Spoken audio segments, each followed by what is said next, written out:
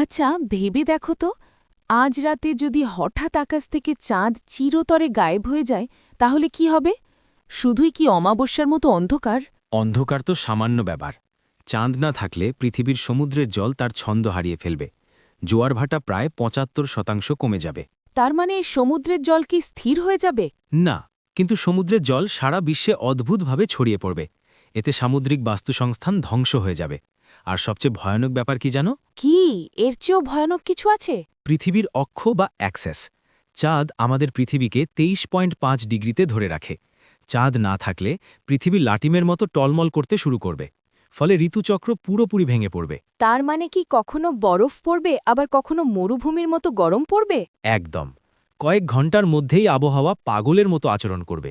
আর আমাদের দিনগুলো ছোট হয়ে মাত্র ৬ থেকে ১২ ঘন্টার হয়ে যাবে। তার মানে আকাশ দেখার সৌন্দর্যের চেয়েও চাঁদ আমাদের বাঁচিয়ে রাখার জন্য বেশি জরুরি। ঠিক তাই। চাঁদ ছাড়া পৃথিবীর অস্তিত্বই সংকটে পড়ে যাবে।